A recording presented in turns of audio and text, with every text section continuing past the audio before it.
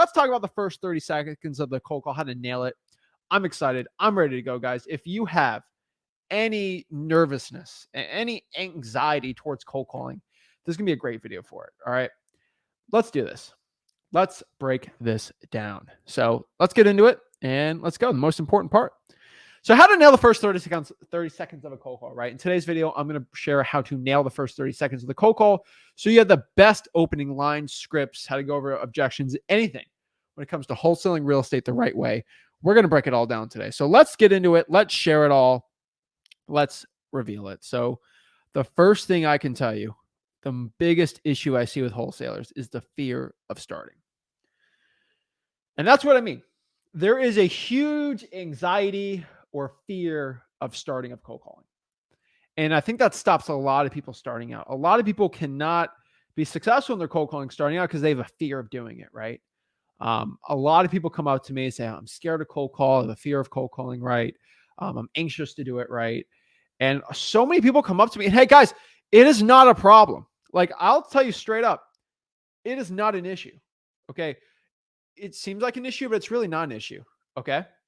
Because the one thing I can tell you is with the issue, quote unquote, of being a fear of starting, it's like, it's natural. Like, it's actually normal. You have to be somewhat psychotic to not be nervous, like cold calling the first time, right? Because it's new, right? And it's kind of weird, but like, it's absolutely true. It's like the fear of starting for cold calling, right? And it's a weird one, guys. And I'll tell you right now, it is a very, very weird part, right? And it's very weird for a lot of people like me. Starting out cold calling, I was nervous. I closed deals. I was still nervous to start cold calling, right? It takes experience, takes time, but let's break down the fear of starting, right? So many people fear the start of the cold call, right? There's the initial hello. Some people's their heart drops when they hear that, and gurus like to sell you a course of how you don't have to go cold call, buy my program or whatever. And the truth is why these gurus do it is because they're trying to give you like a $15,000, $20,000 course of why you don't have to cold call so you don't have to be nervous.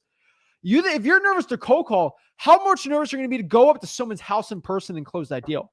That's way more nervousness, okay? It's like the guru thing, you don't have to cold call, guys. Cold call is just the first part, all right? It's just the first part. It's like asking a girl or a guy out for a date, right? Asking them out is only half the battle of the nervousness because then you got to go on the date, which is like another nervous battle, right? And the gurus are like, I'll teach you how you don't have to ask people out to date, but you still got to do the date thing, which is nervous. It's like, well, why don't I just learn how to ask somebody out? Because I already got to deal with the other nervous part, and I'm going to be a lot less nervous if I have that, like, if I know what to do, right? And that's the honest truth. And that's what you guys got to understand. It's like the fear of cold calling, you still have to go with the fear of closing a seller. So you just got to bring on a head on. Let's talk about the fear. Okay, let's try to eliminate the fear as much as I can, right?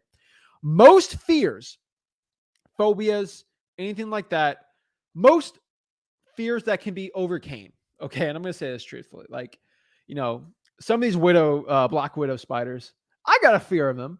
A lot of poisonous frogs, that touch me and I could, be ended. I have a very healthy fear of that. And I think it's a very healthy fear. All right. There's no fish in the ocean I fear except for pretty much a bull shark on the beach because those things have been known to, not be good for people. So I have natural fears of not most sharks I'm fine, but like I have a very natural fear. And you should have very natural fears, right? Jumping out of a plane without a parachute. Very fearful, right?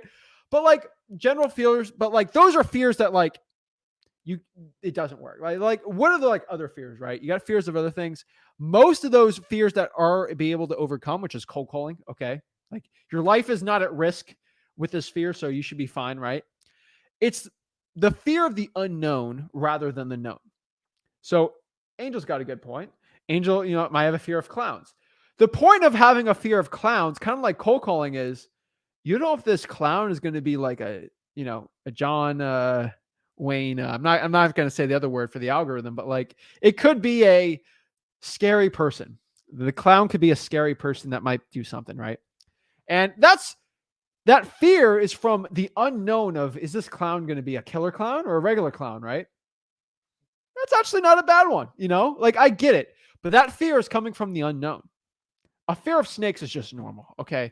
Human beings, we should be fearful of things that could be destroying of us that end us. That's fearing for your life, normal. But like other fears, right? So the fear of talking to a seller, the fear of asking somebody out, right? The fear is not from it, but it's from the unknown or the known, right? So if I know for a fact, 100% chance that person is just going to say yes or no, or if they're going to say, yeah, if I know for a fact someone's going to say yes, the fear is kind of pretty much eliminated, right? And if you understand that, like the unknown is gone, it's going to be fine, right? And that's the honest truth. You just got to get over it. So like the fear of cold calling really stems from not knowing what's going to happen on that call. It's not the known, you knowing what's going to happen on the call. That's never a fear. Never. Okay? Never a fear. So the only fear you should have in cold calling, because you're going to know what it's all about. You're going to know exactly what it's about here. The only fear for cold calling should be the fear of being bored. Okay? The FOBB, I don't know how to describe it the right way, but fear of being bored. Okay? That's pretty much the only fear you should have. The fear of being bored in cold calling. That's pretty much the only fear you should have for cold calling. It's like, this is going to be a boring call. I'm not going to be able to do anything right. It's the fear of being bored. So that's really it. So like, if you know for a fact how the cold call is going to go, so how can a cold call really go, right? Number one, they say, yes, I'm looking to sell my house. Number two, I don't want to sell my house. Or three, curse words, right? Pretty much those are the three things. Because the fear, what if they go to my house or say, they're not going to, they don't know who you are. Okay. People give threats over the internet all day long. Okay. I just like, it's not like, oh, I'm going to go whoop your butt because you called me. No, you're not. Okay. So like they don't know where you live. They just got a phone number. Right. And honestly, they just say things emotionally. People are emotional creatures. So like, if you really figure out the biggest fear is like, I think most people know someone can say no, or I'm going to hang up on you, or, that's not really a fear. Fear of someone getting a deal. That's not really a fear. Some people have a fear though of messing up, and that's theoretically an unknown. And that reason of messing up is actually a very common fear. And it's actually pretty much something most people are going to do. So if you know you're probably going to mess up starting out in cold calling, you shouldn't be fearful. If you expect to mess up to a point, it's not going to be as bad, right? It's like going into a situation knowing that you're probably not going to be able to, do well on it. Like, you're not fearful of it, but you're just assuming the worst, right? And I think it's a big part. I think everyone's saying happy B-Day. It's already been my birthday, so my birthday is not today, FYI, but I appreciate the kind words. But what I could tell you is the fear, straight up right now, eliminated. The fear of messing up is going to be commonplace. I have never met one wholesaler, especially cold caller, that has never messed up. Okay, straight up. Like, I've not had one cold caller I know that is making over 100K a year that's not messed up once. Okay. So I think the biggest fear is the fear of messing up, and it's going to happen. All right. It's going to happen. So I have a fear of stubbing my toe, but I know for a fact I'm going to stub my toe probably once this month, just because I'm a dummy. Okay. I'm just a big dummy. So I don't have a fear of it. I know the worst. So the next fear is objections. We're going to break this all down. So the biggest problem I see with fear is not knowing what to say or just having the call go bad. So how do you remove the call being bad? Having a really good script. Most gurus have people that freak out, or they suck, or they're terrible at their cold calling because they have terrible guru scripts. So let's break down the script of cold calling. How to nail the first 30 seconds. This is going to be my script for cold calling. So let's break this down. So how do you do really good at cold calling? How do you not mess up on the cold call, right? Guys, I want you guys to understand, when somebody says, no, I don't want to sell my house, or F you, that's not a failed call at all. You should expect 90% or even 95% of the people to say no. Okay. Like, no, I don't want to sell my house. That's expected. So like, don't freak out. Okay. You should just keep going until you get the yeses, which, 2, 3, 4, 5% are going to say yes. So it's fine, right? It's a numbers game, guys. All right. It's straight up a numbers game. So look at the script, right? How do you become successful? How do you nail the first 30 seconds? You got to do the script like this. Don't get cute with it, right? I know everyone does. They try the Wolf of Wall Street. I see here, if I have the prime opportunity for a lifetime for you here. Like the ridiculous ones. Okay. Someone sent me a TikTok on that. Shout out to that guy. It was hilarious, but like, don't get cute with it. Okay. Don't lie. I think a lot of people get messed up because they lie in their scripts. I work for a multi-million-dollar hedge fund company, and we're looking to buy more investment properties in the area. I've bought over 500 properties this day. So many bad wholesalers lie. It's ridiculous. Okay. Hey, where are you calling me out of? Are you in Florida? No. Yeah, I live in Florida. Why are you giving me a California area code? Right? Like, don't lie. Okay. You're not going to sound confident, and your cold call is going to suck if you lie. Okay. Next one. Don't act like you're somebody you ain't. I see this all the stinking time, and this is why you're failing. If you are, let's say, a reserved person, and you're not this crazy excited person when it comes to your cold calls, don't act like somebody you ain't. Okay. Be yourself. Everybody else is taken. So be you. Okay. No one else can pretty much be you. And I find this issue so many times, and it drives me insane that you try to act like a Jordan Belfort or try to act like a Zach Ginn on the phones, right? Like, if you look how Jordan Belfort closes on the phone and see how I close on the phone, look how Rick closes on the phone. Completely different how we close. It's our unique thing, okay? It's unique. Don't try to adopt somebody's thing, okay? Be yourself on it, right? Add your own flair, add your personality on it, but like, don't get too crazy on it. But like, if you're a guy like excited talking to people, do it. If you're a little more reserved and you want to be to the point, which is, I think, sort of closer to by me, do it. Like, I got excited about wholesaling, but for cold calling, like, I'm pretty much just to the point and shorter. Rick, my dad, like, he likes to be a little more conversational with it, but like, I do not act like I'm somebody I ain't. Okay. I act like I am me. I can only be myself. I don't know how to be somebody else. Okay. I can only be myself. So just with your script, that's how you're going to have to do it. Okay. That's where I found the best success. And then lastly, like kind of like being yourself, be upfront and have a clear message. This is a huge issue the first 30 seconds of the cold call for wholesaling that so many people struggle with. They are not upfront. They are not clear. They're not concise in the start of their cold calls. They are none of these things. Okay. They're not upfront. They do this weird little hedge fund thing. They talk a big game. They try to get into it. They talk about buying all these properties and flipping them. You're an investor. You go into all these crazy brouhaha, all this stuff. Ridiculous. Okay. Hey, be upfront with them. I want to buy your house. Are you looking to sell it? Like, then you can get into more of the questions, right? But like, stop getting all crazy and cute with it. All right. So let's talk about the script. All right. This is my script. Okay. This is my script, right? Is this the owner of 123 Main Street? And are you interested in selling that property? Guys, that script right there has made me over $1 million stinking dollars. All right. I've made millions of dollars off of that script. Millions. And that's a joke because I would say we're probably approaching, I could assume from the people, all the checks I'm getting sent, probably even close to 10 million off of just subscribers watching me using that script. There is literally tens of millions of dollars of deals being done from just that script. Okay. Millions from me, but 10x more millions from my subscribers just because I have an army of hundreds of thousands of people cold calling that script and doing deals, right? Guys, I get sent probably every day 2 or 3 checks from you guys, which it makes me so happy to see it. And then some of you guys posted in the group, like 2 or 3 checks. Like, I don't want to post this. I don't want anyone to know where my market is, but like, thank you. I got this from cold calling your script, all that, like, 30, 40, 50, $60,000 checks, right? It's amazing, right? All for my script, me and Rick's script, all from it.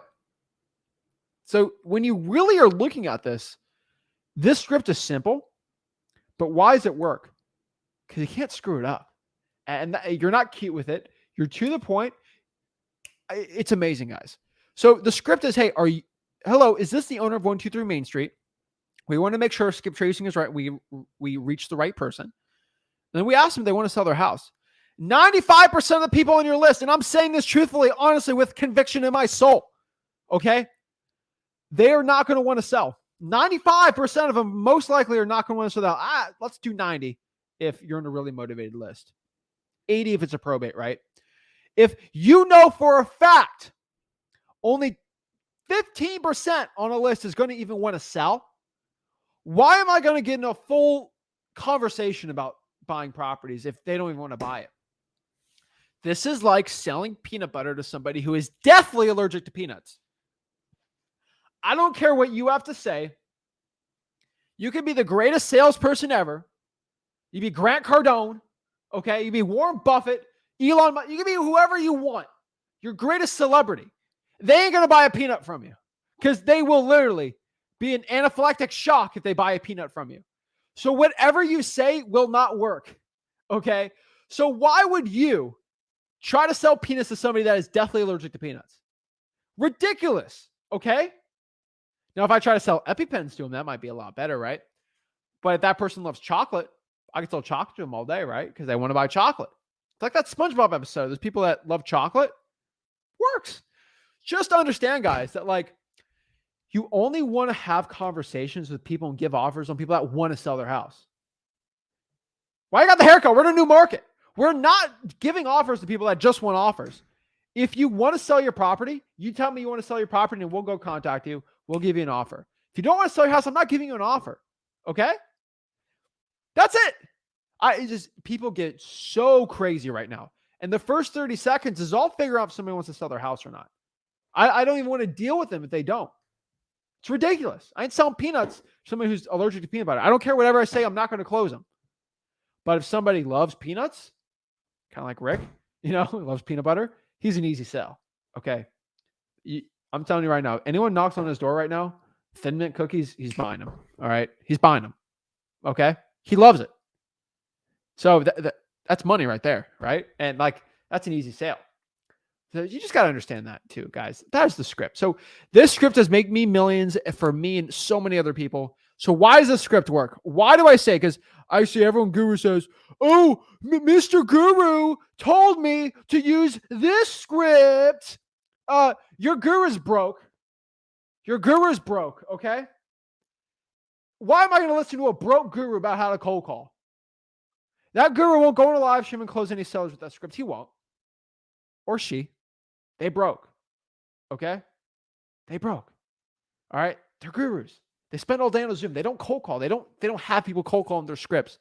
Every single person and their mom is using the same stupid little script. You got to use something that's different. So why does the script work? Why do I destroy the gurus with the script? Let's break it down. Let's share exactly how to do it. Let's share why the script works. Number one, it's efficient and it does not waste time. It is non-time wasting. When you use the script, you will be pretty much, compared to other scripts, you'll probably talk to 25% more conversations, which means you're going to give 25% more offers, which theoretically you do 25% more deals because you're not wasting time talking to people that do not want to sell their house. Think about that for a second. You are not wasting your time with that list. That is some powerful stuff, boys and gals. Some powerful stuff. All right. It's super efficient. You are not wasting your time. You can talk to more sellers, right? It's very hard to mess up this script. And this is why I love it. This is why for a lot of beginners that are nervous, it's almost dummy proof. Okay. I call it Zach proof, to mess it up as a beginner. I've had so many people from the Philippines and Latin America that don't know what wholesaling is, just learned English, doesn't have a bad accent, but like just kind of doesn't know anything. I'm telling you right now, it's ridiculous. But like, I can bring someone that just learned English and they say the script, I can have them get motivated seller leads coming in my pipeline that are really good deals. Because the script works so well. It's so scalable. And that's why I love it. It's really hard to mess up a script like that.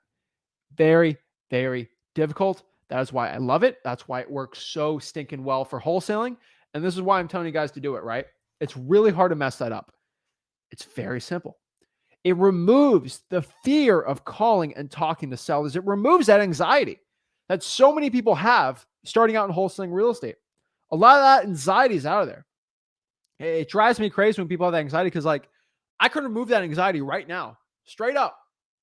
All you got to do is just listen to my advice and listen to what I say about that, right? So it removes a lot of that fear out of there. It also removes those hangups or people hanging up or not talking to you because they think you're a spam bot. When you say that script, you kind of throw them off a little like, wait, huh? Wait, what do you mean? Yeah, I'm the owner of the house. That's nothing what like those like spam calls are getting, right? Like you have to be different than the average guru. It doesn't sound like a sales call. You just, hey, are you the owner of this house? Are you looking to sell it? Like it invokes curiosity. And that's why my marketing works over than any of the gurus in my competition. It works so stinking well. It's amazing, guys. Like it's absolutely amazing. You guys, you can just destroy it out here doing this. And it works really well. That's why I love it so much, guys. I think so many wholesalers out right now, they get they get a lot of anxiety for it, right? But that's why it works so stinking well, guys. Like that's why it works really well. It drives me crazy, but this script makes millions for me and so many other people because it works. All right. This is why you have to start doing scripts that are really simple. Okay. Now, the next part of like the 30-second combo, and this gets in the first minute. So like, I can't really get into this too much, right? But like if they say yes, and it's within the 30 seconds, how do you talk, right? Asking about MCTP.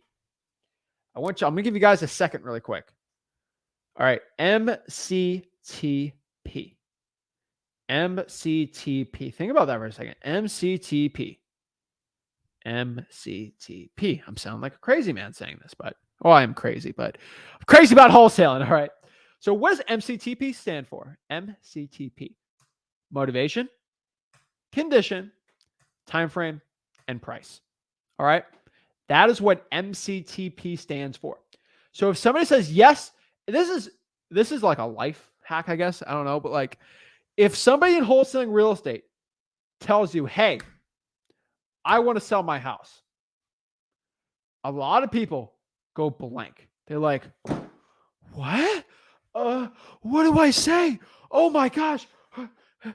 Oh my gosh. Get my 4-page script out. Sound like a salesperson. If somebody says I want to sell my house and you don't know how to answer them, you're screwed. Okay. You got to have confidence. And if you just think of MCTP, you could be driving and answering a phone call. You could be anywhere. You need a hotel room, have no internet.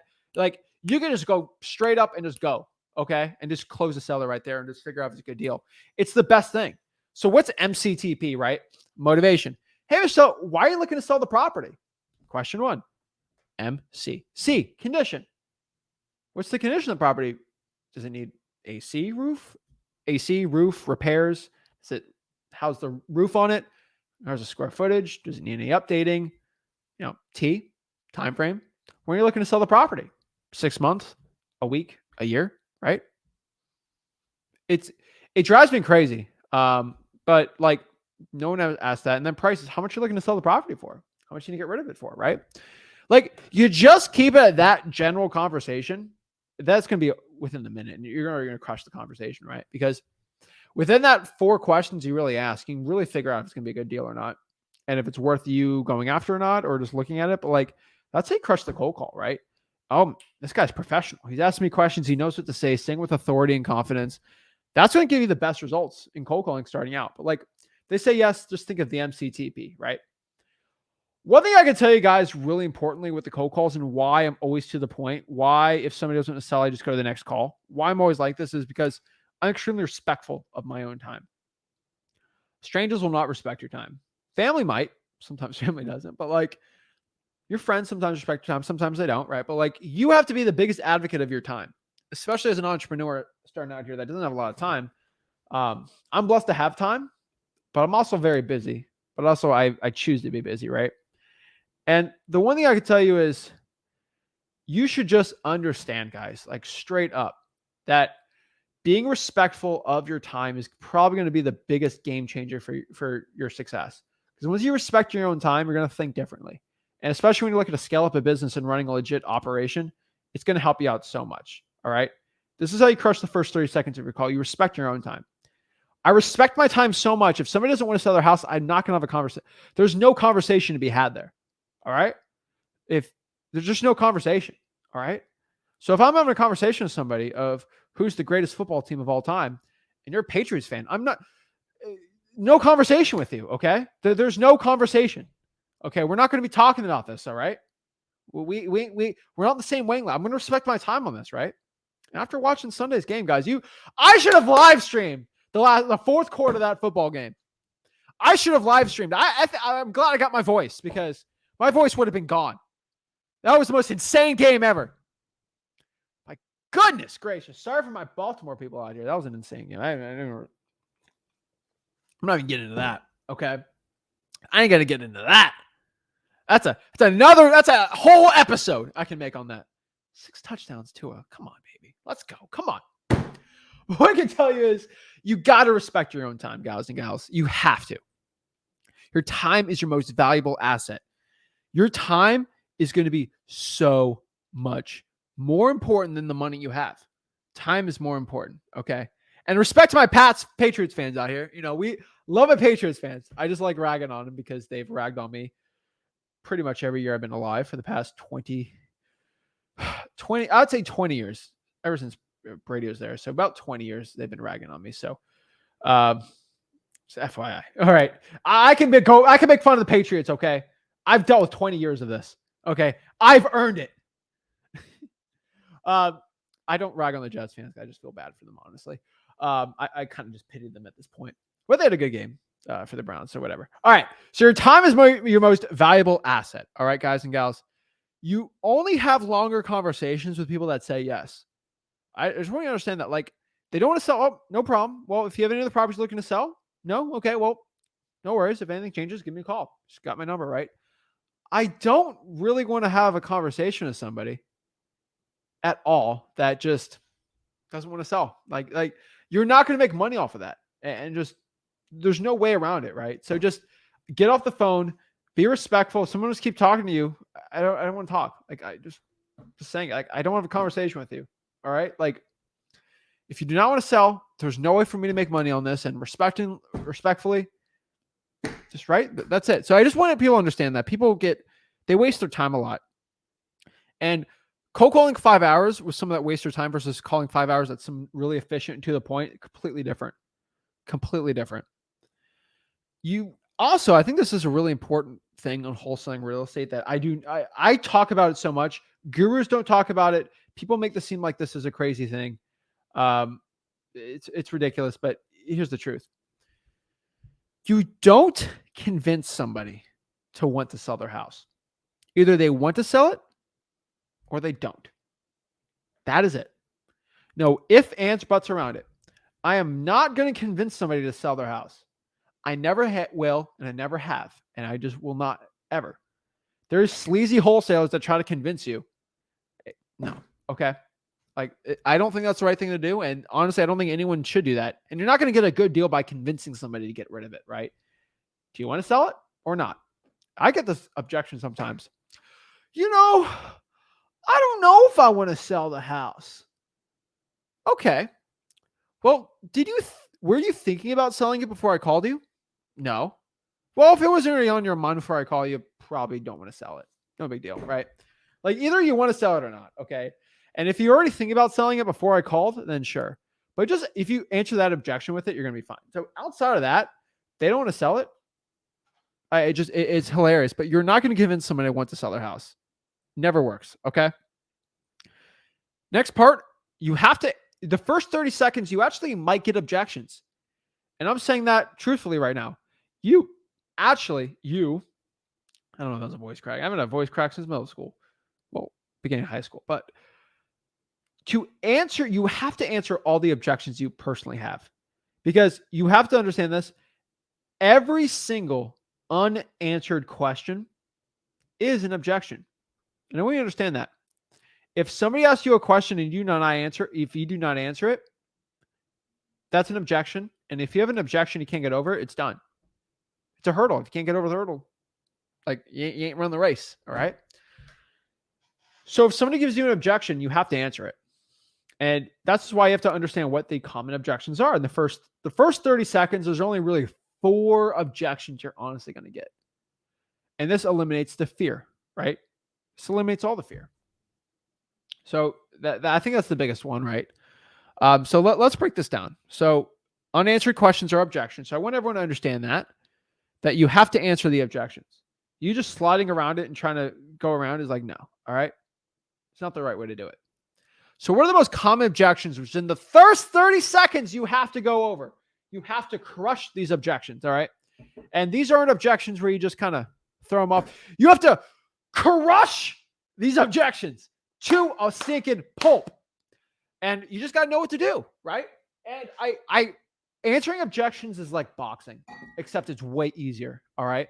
It's like somebody saying, okay, Zach, I'm going to give you a right hook. In the next 3 seconds, I'm going to give you a right hook.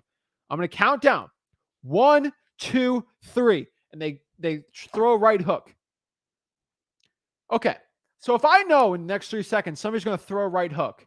If somebody throws a right hook on me, I'm either going to step back, like duck if I really want to, but like, or just get out of the stinking way.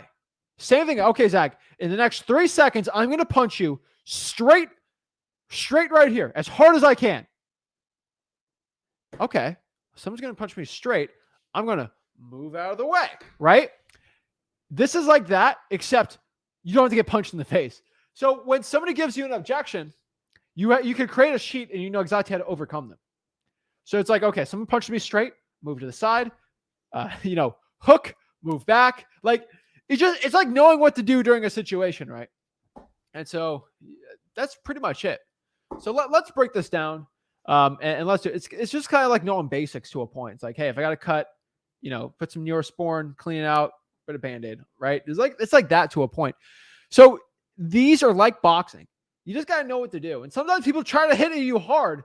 But if you know what to do, you know how to block it, right? And then if you have gloves, you can kind of block the punch, right? But like, how do you get over these objections, right? So here it is, right? Who is this? What do you want? I think that's pretty much like a jab in boxing, right? Someone gives you a quick jab. How do you defend that, right?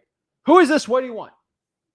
This is why, kind of like boxing, you ain't getting punched. So this is actually way better for you. But like, if you know how to answer that instantaneously, you got to train for it, right? Like, know how to. You ever watch Floyd Mayweather's defensive boxing? Amazing stuff, right? He is so trained and technical with his craft. Kind of like you have to be sometimes with the objections. If you know the 4 objections, how to answer them like instantaneously, and someone says, "Who is this? What do you want?" You can just answer back, rifle it. So you don't you kind of don't like trying to just simply try to get rid of the objection a little. You crush the objection. So if someone's asked, "Who is this? What do you want?" My name is Zach. I'm looking to buy properties. Are you interested in selling your property? Right? Like that's how I avoid the jab per se, right? That's a pretty easy one. Who is this? What do you want? My name is Zach. I'm looking to buy property. Are you looking to sell your house? This comes back to if you are saying the truth, you don't lie, you have a clear message of you looking to buy properties, and you don't lie about anything else, and you're just straight up and honest and truthful, be like the person you actually are. Answering that objection is not even an objection. Okay. That's pretty much it. Right. Like that's the easiest way to go around it. So I just think so many people get this like all squirrely. That's how you answer that. It's a very common objection. All right. Next one is, I would sell my house, Zach, but where would I move to? I know for a fact, as a lot of people on here are rolling their eyes like, I get this stinking question asked every single time, and it drives me insane. And I get that all the time too. It drives me insane.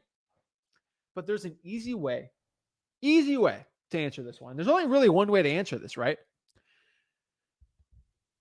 Ma'am, I don't want to buy a house from somebody that doesn't know where they want to go. Usually when I buy a house from somebody, they know where they want to go to, and they have a clear sign because they actually want to sell it. If you're looking to sell your house and just move anywhere, you do whatever. Usually, when I give somebody hundreds of thousands of dollars for their house, they usually buy another house or they rent it. That's what they do. Well, if you don't know what to do, I'm probably not going to be the right person for you. I would consider probably not selling it if you don't know where you want to move to. I just straight up with them. Like every single deal I do when I buy the house, like if they live in it and they want to move somewhere, like they already know we're looking to move. I got to get a new job. I'm moving on a cheaper house or around here. I'm just moving to this other place. Like they already have a plan. Okay. And worst case scenario, they can just rent something out. Like if they really wanted to. And I have some people that do it. They just want to sell, cash out, rent it out, or if it's a rental property, things like that. Like that's the way you answer that. Like it drives me insane. Okay. And Steve, I'm not even mentioning the Martha Vineyards joke. Okay. Steve's going hard in the paint on the stuff, but I thought it was funny. But yeah, where would I move to? It's like, well, I mean, you're gonna have the money to sell the house. I mean, it's your choice. Man, I don't know. I think Jensen Beach is pretty nice. You know, the Hamptons is nice. Maybe move there. Like, yeah, right. Like, that's kind of a personal decision, right? I'd probably talk to your wife or your husband about that, right? Like, just don't get condescending to a point, but like, I don't ever call that objection. Some people call it objections. I don't really think it's an objection, but I think it's kind of funny. Next one is probably the most common one you're going to get cold calling. And this is, how much are you offering me for the house? Zach, how much are you offering me right now for the house? How much are you offering me, Zach? I get that all the time. And you guys see me in my cold calls. I get asked that all the time. And that's pretty much what I would call the barrage. You know, the guy just going all out, trying to punch you all willy-nilly wild. And when someone's going wild on you, trying to punch in boxing, you got to step back for a second, defend, block, duck, hook, and just know like that barrage, they're going to chill out. A lot of people are really aggressive sometimes with me of like how much I'm going to offer them. And I always give them this one thing. And this is the hardest objection I think a lot of people have to like learn how to say. But you really got to think of buying things, right? So it says, Zach, how much you offer me for the house right now? Cash right now in my hand. How much you looking to offer me, Zach? And I know for a fact when they're calling me, they got their hands crossed, like, how much you offer me for the house? And I always answer this like, yeah, I would love to give you your offer, which is kind of like, wait, he's going to give me an offer? Oh my gosh. What's your offer, Zach? Well, let me ask you a quick question, then I'm getting the offer. Okay, yes. So what question? Because they want their offer, right?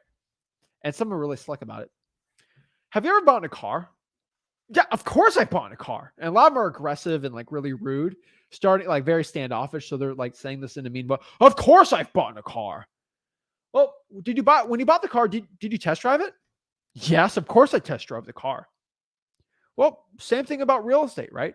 If I'm looking to buy your house, I'm going to have to test drive it. I'm going to have to go look at it and sort of see if it's the right fit because I don't know what I want to do with the house without actually looking at it, right? Like that's the point of why I buy real estate, right? I like to look at it. I like to see it.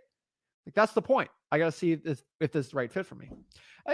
Well, why do you have to see it so much? Well, I have to see if this is going to be a good rental property for me and my partner. Is this going to be a flip for me? Like I got to figure out what's going to be for me. Like, well, that makes sense. I just got to look at it, right? Because I've had someone tell me the house is good. I go there, it's termite infested and the roof's caving in. And I've had people that tell me their house is a pigsty mess and it's falling apart and it's a clean house and I can offer them more. Like, I don't know. I got to actually go look at it, right? That's pretty, like, most people are like, oh, fine, that makes sense, right? Like, hey, once people start buying cars sight unseen without actually test driving and looking at them, sure, we can start doing that. But most people still need to do that, right? Unless it's like a perfect cookie cutter clean house and car, which it isn't. Unless your house is perfect, I can't give you an offer right now. And they'll go, well, my house is perfect. Okay.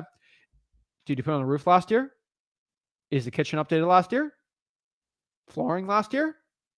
Brand new pool, right? Did you paint it in the past year?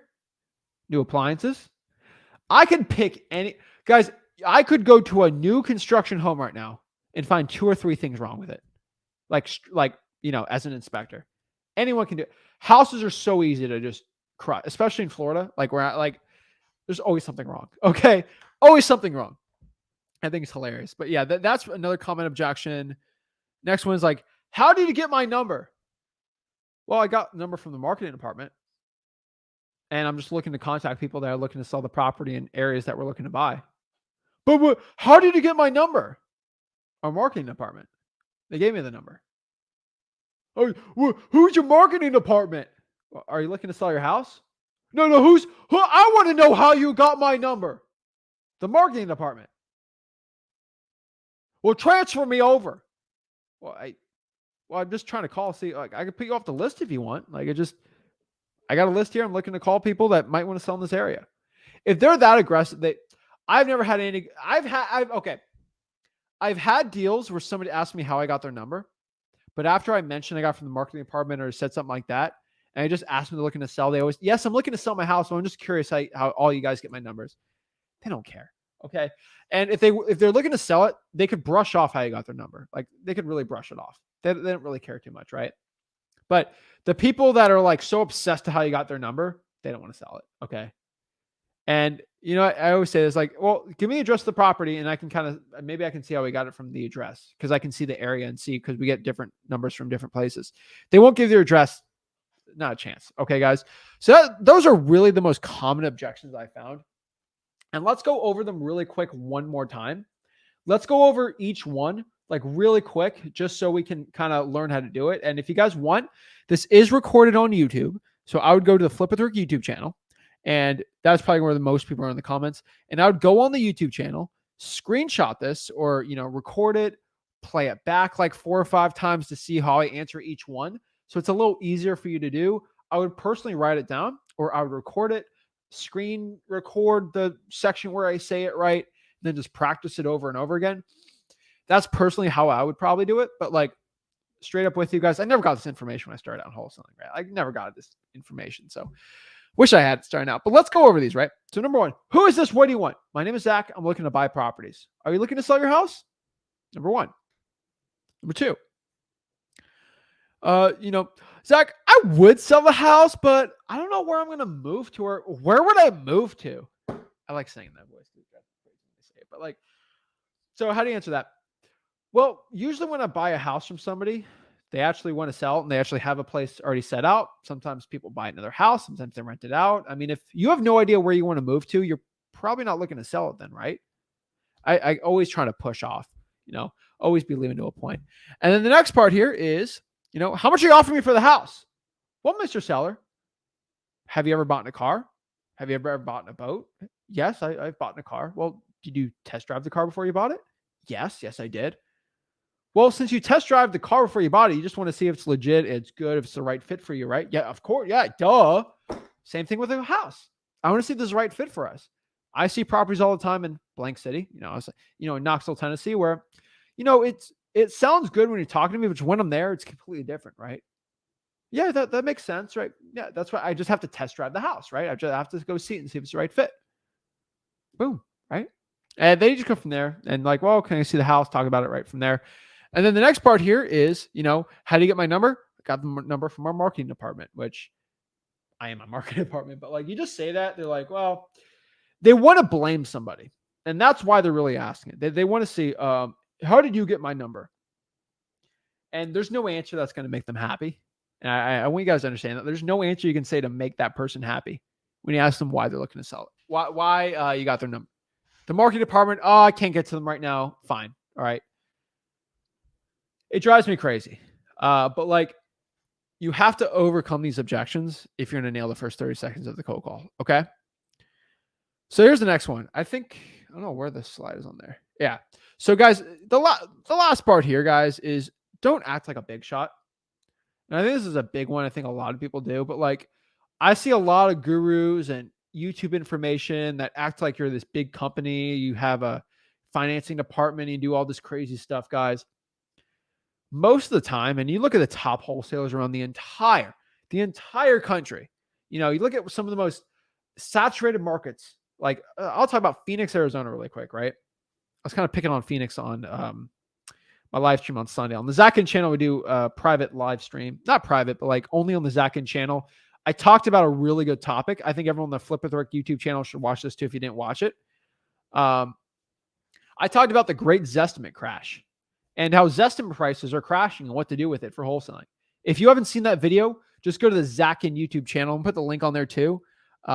I want you guys to understand that. And then I kind of broke down Phoenix, Arizona, that market. I kind of picked that one apart and showed how their Zestimate is the first Zestimate drop in like 9 years. And how this is going to affect a lot of things when it comes to sellers. A lot of things are going to change with these sellers, and it's going to be really interesting, right? So I'm going to pop that video on if you just want to see it, like me explaining it. Because every Sunday I do a private live stream on the personal channel. So I do that. So let me put it on there. I just want you guys to understand, like, it's good info. So if you're watching on Facebook, just go to Zachin on YouTube and be on there. And then Ricken did one yesterday. It was absolutely he did a really good one too. So we have really good content on both the channels, just so you know. But like you really gotta watch both of them, right? And it's gonna help you out because Rick talks about like the top sales tactics to close sellers too on his private one, on his private channel. So it's pretty cool. Links in there, go check it out. But like what we're talking about there is like because I was picking on Phoenix on how Zussman is dropping and that's changing a lot of things.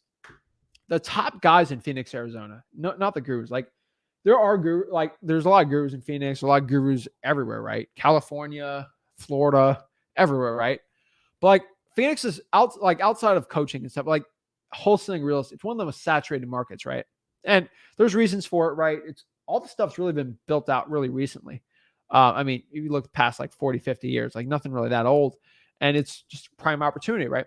And so why Phoenix is like so saturated too is, but like if you look at the ones doing over 50 to 100K a month in wholesaling assignment fees, that they're not gurus because these gurus are broke, but like the ones that are actually doing well, they all do the mom and pop approach. And in the most saturated markets, it works. What's the mom and pop? Hey, my name is Zach. I'm looking to buy your house.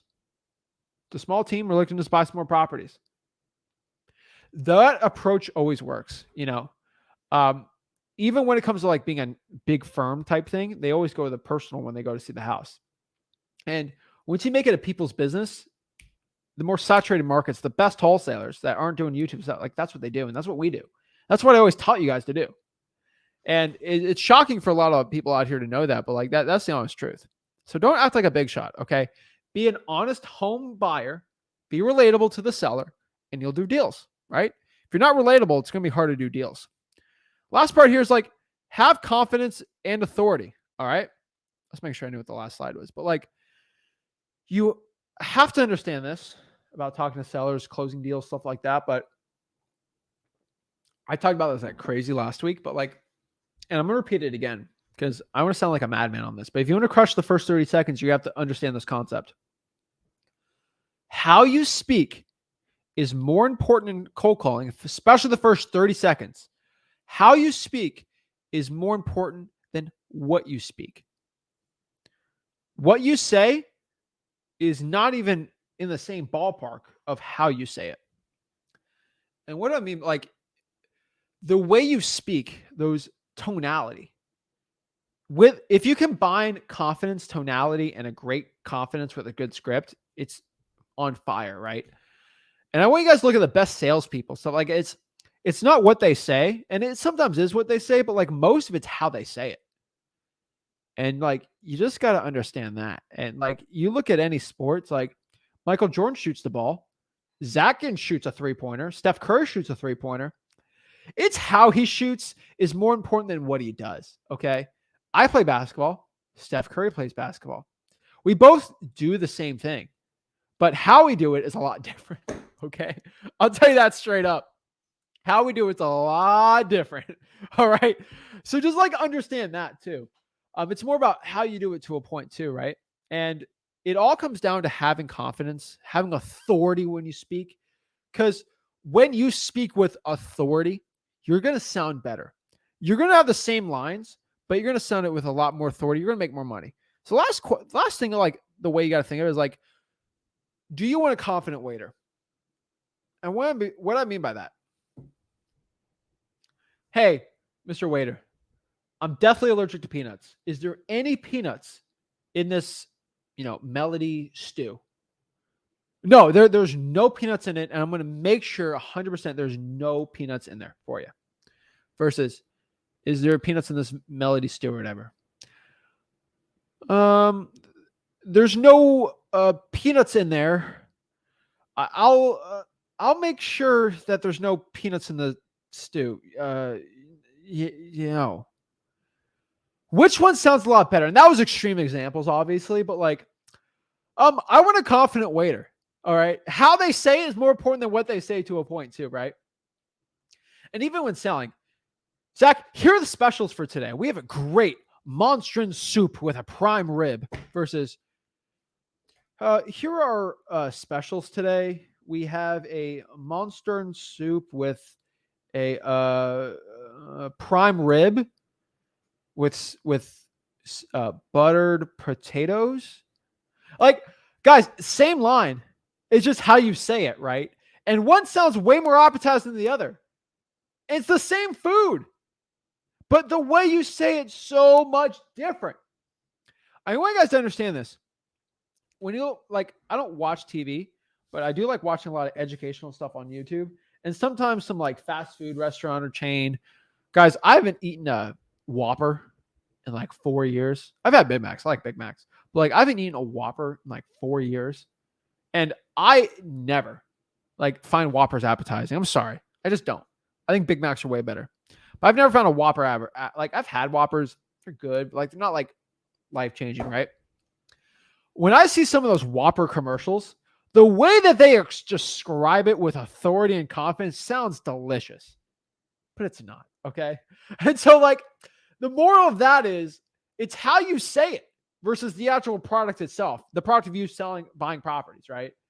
Yeah, Omar, I've been to Five Guys. I love Five Guys. But they don't have commercials. They just have good food. But like, it's how you do it. So do you want a confident waiter or do you not? You want a confident waiter. All right. And if you want to be doing well, you're going to have to be confident in the way that you explain things. So guys, if you get the moral of what I'm saying today, how do you crush the initial phone call out here? The first 30 seconds, saying the right script, saying it the right way, and knowing how to overcome the objections are going to be the three things you got to understand. Okay. So what are the three things again? Knowing what to say, the lines, knowing how to say it, and knowing how to overcome any of the objections. I don't know how you could fail doing that. And I'm just being straight up with you. It's very hard to fail when you know exactly those three things. That's how you crush the first 30 seconds of the cold call, because it all comes down to that. So really, I dedicated this video for it because I truthfully believe that's going to be a big key to a lot of people crushing it in their wholesaling, especially their cold calling coming up. We got the haircut. We know what's up, right? We got a weird, different market, not a weird market, like a different market. We know how to pounce on it.